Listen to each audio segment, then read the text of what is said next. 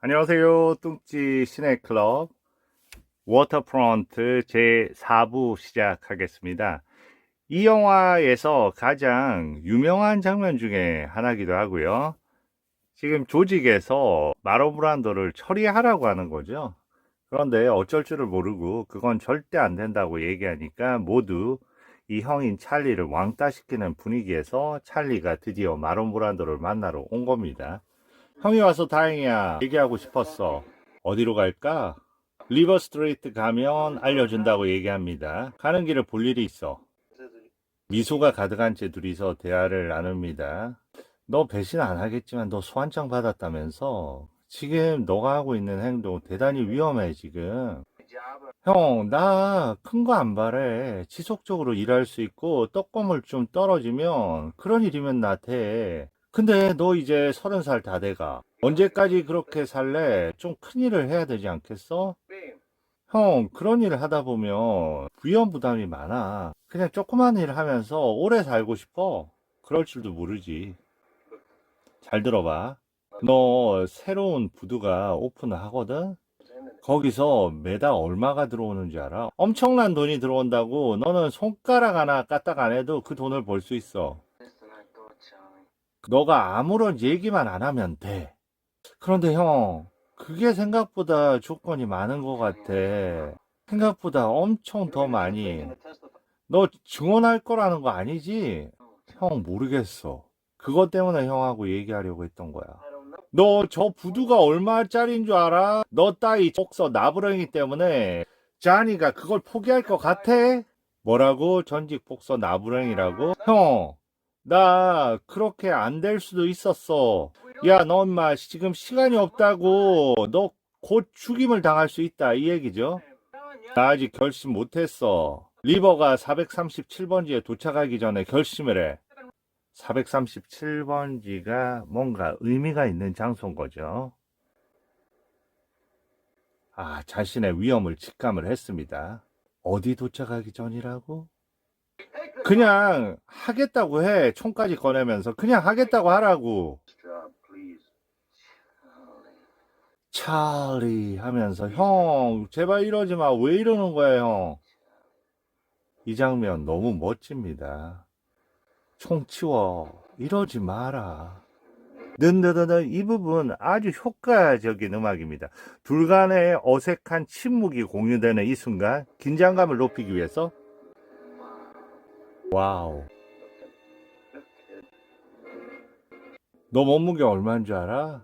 너 예전에 80대 얼마나 너 좋아 보였는 줄 알아? 매니저라고 구해준 그 쓰레기 같은 놈 때문에 너가 이 지경이 된 거야.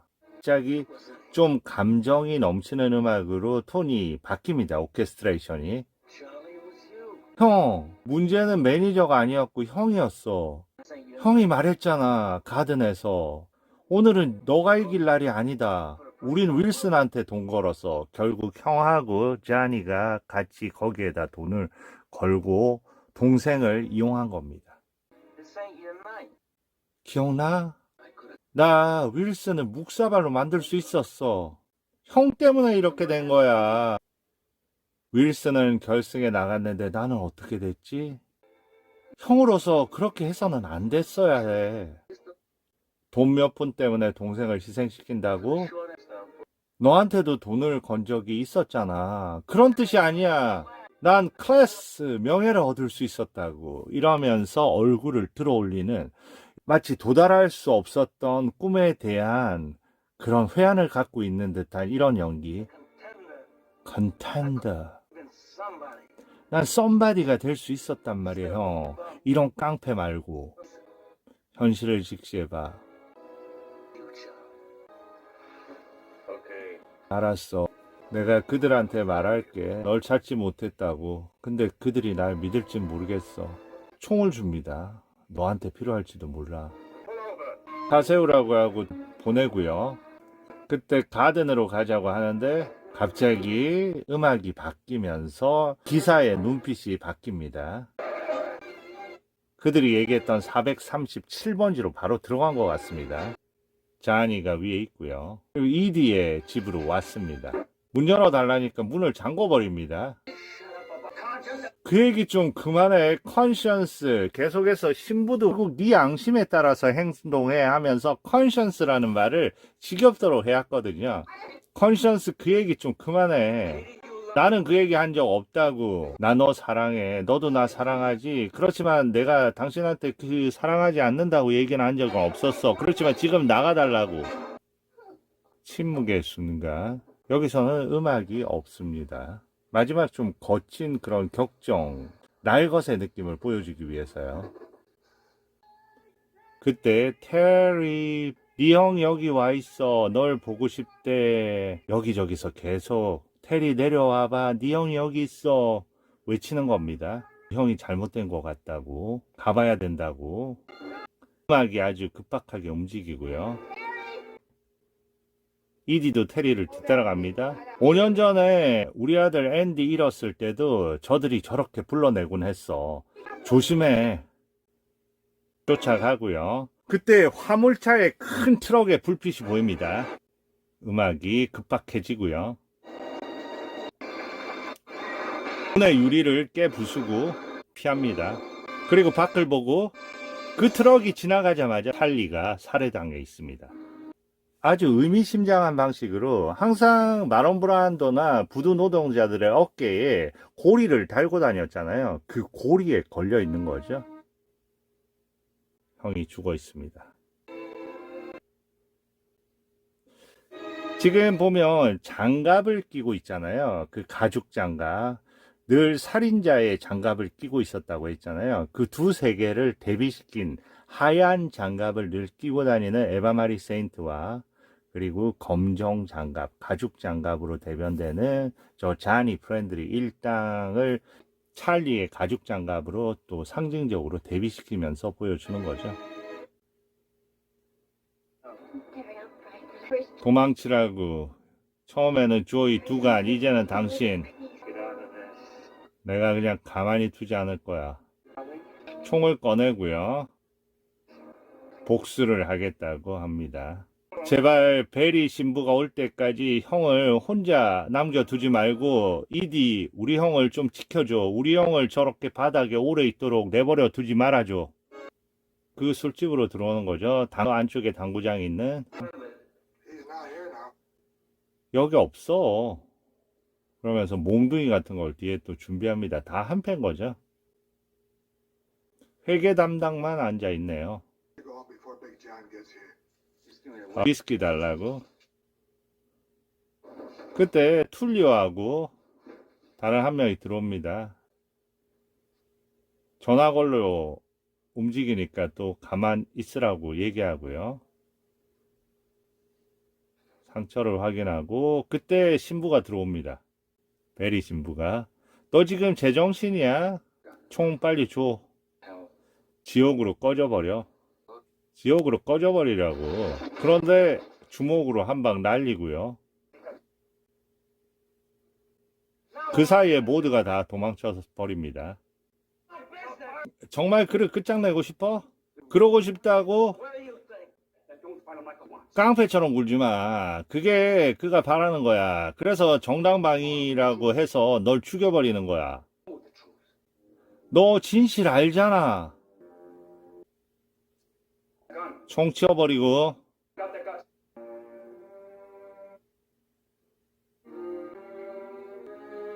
자니 프렌들리의 사진인 거죠. 한잔 할래? 이제는 담배가 매개체가 되는 게 아니라 이제 맥주가 매개체가 되는 거죠. 진실 얘기하면서 결국 네가 진실을 밝혀라 이거죠. 그러면서 맥주를 건네줍니다. 네, 맥주를 대는 거죠. 결국은 동의한다는 의미죠. 총을 내던지면서 자니 프렌들리의 사진을 깨부수는 거죠. 결국 총을 내던지고 맥주를 선택한 거죠. 맥주라는 거는 신부의 말에 동의를 한다는 거죠. 연간 65,500달러인데 금전 출납부도 없다고? 어디 있죠? 어젯밤에 도둑이 들었는데 찾을 수가 없다고. 예, 진짜요. 5군데에 일제히 도둑이 들었다는 게 이상하지 않아요? 도둑 들었다니까요. 다음 증인. 이 부분 재밌습니다. 증인 부르기 전에 관련된 대표들이 다 출석했는지 한번 보겠습니다. 자니 프렌들리 일어서고요. 부회장 루이스 자노타가 바로 이제 토니 갈렌토 트럭이죠. 여러 명이 일어서고 있습니다. 그때 훌리오죠. 타미 모리엘로죠. 저 기록 담당이에요. 사람들이 웃습니다. 제가 얼굴 한번 보여드리려고 지나갔고요. 드디어 증언을 할 차례가 됐네요. 손을 얹고 텔말로이 마지막 목격자 맞냐고요. 그에게 당신 기분 말하고 제가 자니 프렌드에게 직접 말했죠. 어떤 사람이 시가를 물고 그 뉴스를 집중해서 보고 있어요.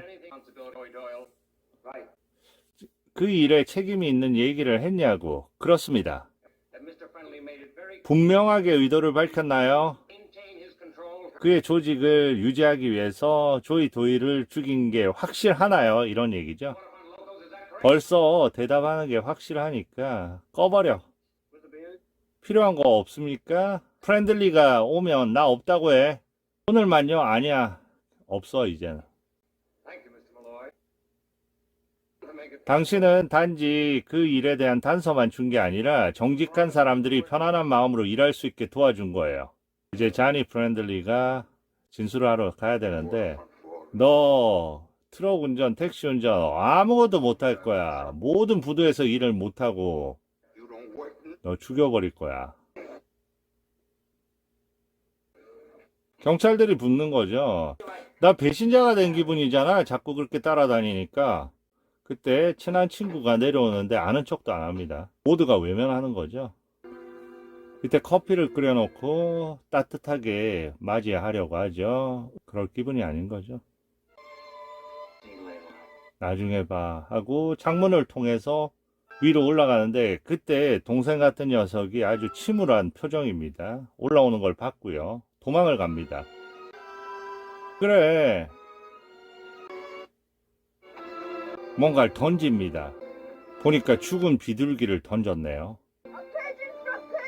피전에는 피전이 어울리죠. 비둘기한테는 비둘기가 어울리죠. 비둘기가 배신자를 의미하니까요. 밀고자를 의미하니까 비둘기 장에 가봤더니 다 죽어 있습니다. 그 뒤를 에바마리 세인트가 따르고요. 제일 그 우두머리 비둘기까지 다 죽어 있는 거죠. 왜 이런 일을 한 건지. 이제 이 지역에 당신이 안전하게 있을 곳은 없다. 우리 떠나자. 그때 배를 보여주고요. 저 우리를 잡습니다. 뭔가 결심을 한 듯 하고요. 자니한테 겁나지 않는다는 걸 증명해야 한다고 생각하는 거지.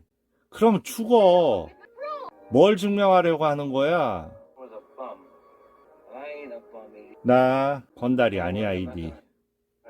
아무도 해치지 않을 거고 가서 정당하게 내 권리를 받아올 거야. 그때 예전에 그 이디가 준 점퍼를 꺼내서 입습니다. 죽은 이디의 동생 조 도일이 입었던 옷이죠. 그 옷을 입고 나타난 거죠. 빅맥 앞에 쓰는 거죠. 오늘은 모두가 다 일할 수 있는 날이야. 주위에서는 싸늘한 배신자로 보는 느낌이죠.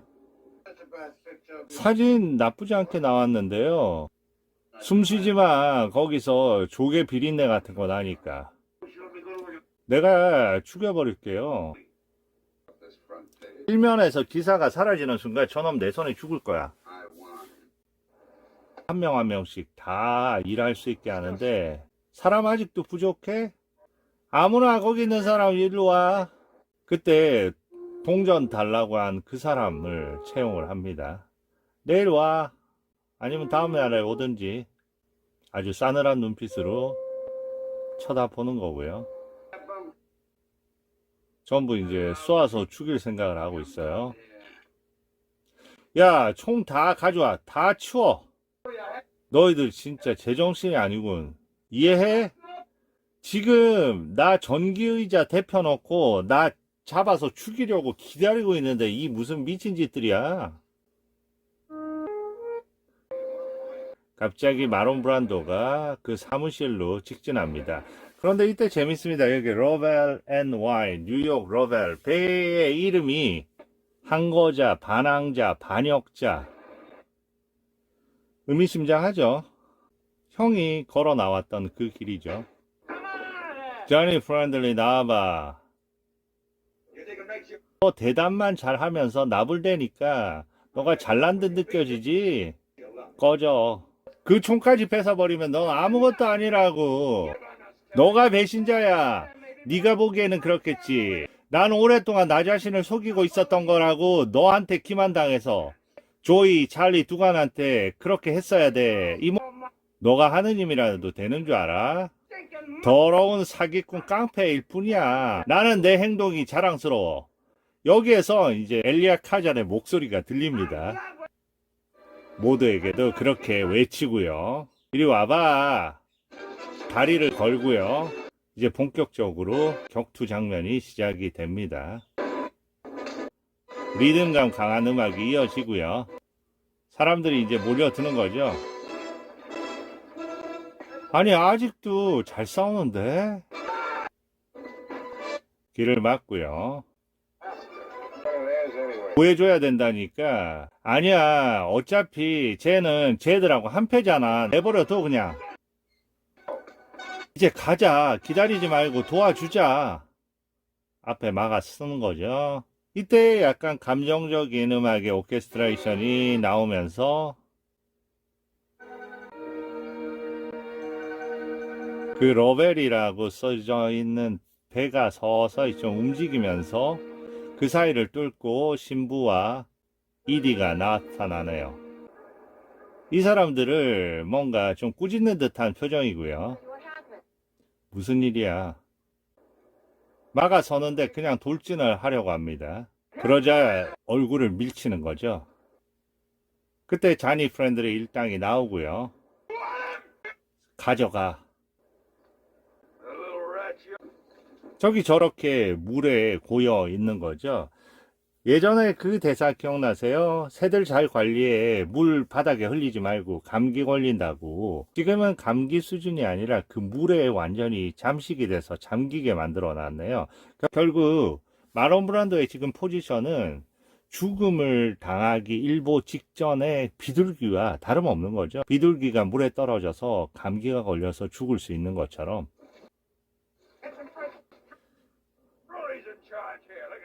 그때 아까 TV를 보고 있었던 그 사람이죠. 실질적인 이 선주인 겁니다. 선주가 빨리 이 배를 내보내야 되는데 일 안 하고 뭐 하냐고. 지금 빨리 일해. 지금 일하러 가자. 근데 아무도 움직이지 않고 등을 대고 돌아섭니다. 선주가 화가 나서 가버리고요. 일하라고 전부 부축입니다. 테리가 안 하면 우리도 못해. 일은 내가 선택하는 사람만 하는 거야. 빨리 일해. 근데 예전처럼 하던 방식이 통하지 않고 그때 팝 도일 그 아버지가 나타납니다. 평생 네 말 듣고 살았어. 그러면서 밀쳐가지고 물에 빠뜨립니다. 다시 물의 의미가 나오는 거죠. 이제는 그 수렁, 그 물의 보스가 빠진 겁니다. 그 바닥에 전부 놀리고요. 잘했다고 하고요. 좀 어서 들어와서 같이 일하자 이런 건데요. 그때 그 몰골을 보니까 말이 안 나오는 거죠. 테리가 일하면 우리 모두 일할 준비가 돼 있는데요. 기다리고 있다고. 그러니까 이제 화가 난 겁니다. 옆에 이디는. 움직일 수도 없는 사람한테 지금 장난치는 거냐고. 그들을 보고 테리한테 얘기합니다. 테리 들었어? 우리가 싸움엔 졌지만 다시 이길 수 있는 기회를 얻었어. 너 일어나서 걸을 수 있겠어? 우리만의 노조를 만들 거라고. 지금 일어서서 우리가 이 상황을 바꿔버리자. 자니 프렌들리는 너가 절대 못 걸을 거라고 생각하고 있어. 일으켜줘요. 손 치워. 그가 직접 걸어갈 수 있도록. 너가 시작한 일을 끝을 너가 내야지. 손에는 그 갈고리를 쥐고요. 마지막 행진을 시작하는 거죠. 선주가 있는 곳까지 마지막 힘을 내서 걷는 거고요.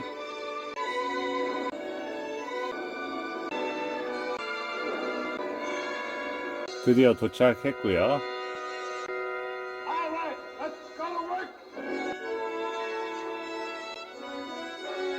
모두 다 테리와 함께 새로운 시대를 열어가는 거고요. 그 뒤에 만족스럽게 저렇게 보고 있고 그들을 저주하고 있는 자니 프렌들리.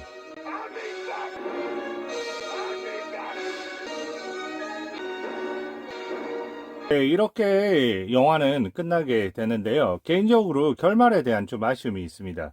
좀 더 애매모호하면서도 깊이 있는 결말이었으면 어땠을까 하는 개인적인 생각이고요. 중간에 제가 말씀드렸지만 칼말덴이 연기한 베리 신부가 쏟아내는 그런 대사들이 계속해서 한 방향으로 반복이 되다 보니까 조금 영화의 완성도에서 균형미를 좀 떨어뜨리지 않았나 하는 생각도 들고요. 그럼에도 불구하고 영화의 연출은 거의 흠잡을 데 없는 완벽한 연출이 아닌가 하는 생각입니다. 특히 상징의 운영인데요. 여러 가지 상징들이 등장을 하죠. 껌이라든지 장갑이라든지 자켓이라든지 비둘기라든지 비둘기 알 이런 것들이 둘 사이를 이어주면서 특히 자켓 같은 경우에는 여기서 희생되는 인물의 연결고리처럼 움직이잖아요. 제일 처음엔 조이가 입었다가 그 자켓이 두간한테 전해져서 두간도 또 죽임을 당하다가 두간에서 이제 말론 브란도로 옮겨지는데 말론 브란도는 새로운 역사를 좀 만들어내는 거죠. 그리고 대표적인 상징으로서 장갑, 하얀 장갑, 사마리 세인트가 수녀회에서 운영하는 학교에서 아주 단정한 그런 교육을 받았다고 생각이 듭니다. 그런 단정하고 순결한 교육의 상징처럼 흰 장갑이 사용이 되는 것 같아요. 그런데 처음 만나자마자 그 장갑이 떨어졌을 때 그냥 자연스럽게 그 장갑을 끼는 말론 브란도, 그런 순수함이라든지 이런 거를 전혀 부담스럽게 느끼지 않고 그냥 자연스럽게 그것들이 연결이 되었던 겁니다. 그런데 나중에 그 본인이 자신이 거기에 개입됐다는 걸 얘기하는 장면이 있잖아요. 그 장면에서 갑자기 에바 마리 세인트가 장갑을 얼굴로 감쌌을 때는 거의 공포의 순간으로 바뀌는 거죠. 순결함이 공포스러움으로 바뀌는 거죠. 무엇을 통해서? 마론 브란도를 통해서. 마론 브란도가 장갑을 끼고 마론 브란드하고 그걸 계기로 연결이 된 이후에 그렇게 된 거죠. 그리고 또 하나 상징들은 끊임없이 신부가 노동자들하고 가까이 가기 위해서 담배 있냐 이렇게 물어대는 거, 마지막에 그 맥주 부분도, 맥주는 에바 마리 세인트와 마론 브란도를 연결해주는 그런 맥주였고요. 두 번째 맥주는 결국 본인이 그렇게 탐탁지 않게 생각하던 베리 신부하고 마론 브란도가 서로 맥주를 같이 하는 그런 장면으로 또 연결이 되고요. 그리고 여기서 물의 상징도 상당히 재밌습니다. 마론 브란도가 그 동생같이 여기는 비둘기를 돌보는 그 친구한테 바닥에 물 흘리지 않도록, 잘못하다가 비둘기가 아플 수도 있으니까.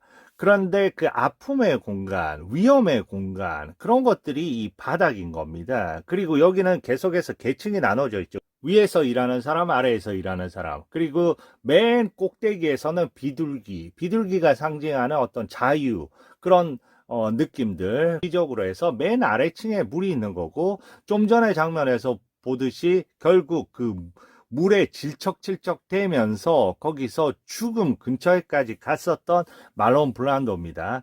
그런데 또 한편으로는 이 물이라는 게 또 다른 상징이 있는 것 같아요.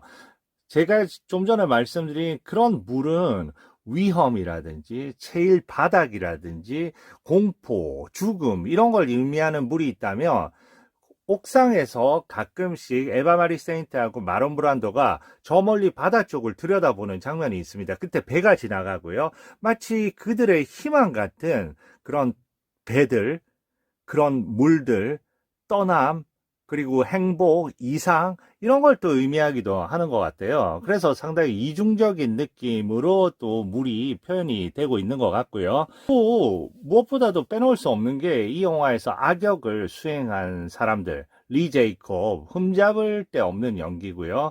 로드 스타이거 중간에 얼마 안 나오지만 나름대로 이 영화의 감성을 두드려주는 그런 부분입니다. 마론 브란도하고 서로 대화하는 장면에서 사실 로드 스타이거 외향적인 연기를 많이 보여주는 데 반해서 여기서는 상당히 좀 내면적인 부분도 많이 포함하는 그런 연기를 보여주고 있지 않나, 짧은 시간에도 불구하고요. 그리고 무엇보다도 전직 헤비급 복서 3명의 등장. 별거 아닌 것 같지만 중간중간의 공간에서 항상 뒷배경이 되어줬습니다. 그 반이라든지 토니 갈렌토가 등장하던 트럭이라는 역할, 그리고 트럭보다는 자주 등장을 안 했지만 타미 모리엘로가 분한 툴리오 같은 경우에도 중간중간에 코믹한 요소도 한 번씩 줬었고요. 그리고 무엇보다도 이 영화에서 잊을 수 없는 장면은 마론 브란도하고 에바 마리 세인트가 만나는 장면인 것 같습니다. 첫 번째는 공원에서였어요. 그런데 그 공원 역시도 처음에 에바 마리 세인트하고 마론 브란도가 만났을 때 그 쓰임새하고 나중에 그 베리 신부하고 마론 브란도가 만났을 때의 쓰임의 차이가 있고요. 음악적인 차이도 있습니다. 여기서 음악의 운영도 되게 중요한데 그 에바 마리 세인트하고 마론 브란도가 만나는 장면 있잖아요. 만나서 에바 마리 세인트한테 자신이 그 범죄에 연루되어 있다, 그런 얘기를 하는 그 장면인데, 그 장면에서 벌써 시작부터 둥둥둥 하는 그런 박동감 있는 멜로디와 더불어 둘이 얘기할 때는 그 백고동 소리 하에 완전히 가려집니다. 그런데 그때만 백고동 소리가 나오는 게 아니라 제가 저작권 때문에 많이 보여드리지는 못했지만 순간순간에 마치 그 대사처럼 작동을 합니다. 그 백고동 소리가 엄청나게 많이 끼어들었어요. 마치 끊임없는 외부적인 위협처럼 등장했었던 것 같습니다. 그때 에바 마리 세인트가 막 공포에 질려서 밖으로 나오는 장면 있잖아요. 그 장면은 예전에 그 에바 마리 세인트하고 마론 브란도가 첫 술집에서 만났을 때 춤까지 추고 마지막에 서로 좀 언짢은 대화가 이어지다가 혼자서 밖으로 막 나오는 장면이 있습니다. 그때도 똑같은 방향이고 똑같은 일그러진 표정을 했던 부분입니다. 그러니까 일종의 그 상승된 기운을 그 이후에 보여주었던 거죠. 그리고 묵주를 통해서 둘이 춤추는 과정까지 이어지는 그런 장면들은 잊을 수 없는 장면이고요.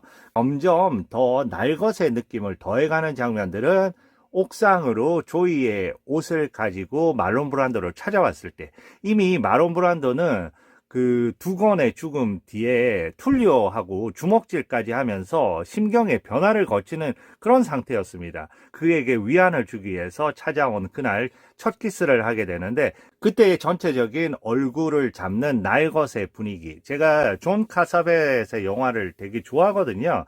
그 존 카사벳의 느낌이 있다 그랬는데, 예전에 페이스라는 영화가 있습니다. 얼굴들이라는 그런 영화에서의 날것의 느낌, 거기에 더 나아가서 그런 장면들이 펼쳐지는 부분들은 마지막에 그 형이 살해당하기 전에 그 형하고 만남 뒤에 에바 마리 세인트 집을 찾아오죠. 거기에서 흐르는 음악 없이 둘이서 포옹하고 키스하는 그런 장면이 있습니다. 거기에서의 장면적인 연출은 극도로 날것의 느낌이었습니다. 그러니까 이 영화는 한편으로는 잘 꾸며진 듯한, 특히나 그 악역의 인물들의 그 인위적인 외부적인 그런 모습과 대비해서 이 두 청춘의 순수한 날것의 느낌, 뭔가 바닥에서 비상하려는 느낌, 그런 게 또 좋은 대비를 이루면서 이 영화의 완성도를 높였던 게 아닌가 하는 생각입니다. 좀 길었던 것 같은데요. 이렇게 해서 일단 이 영화를 정리하도록 하겠습니다. 감사합니다.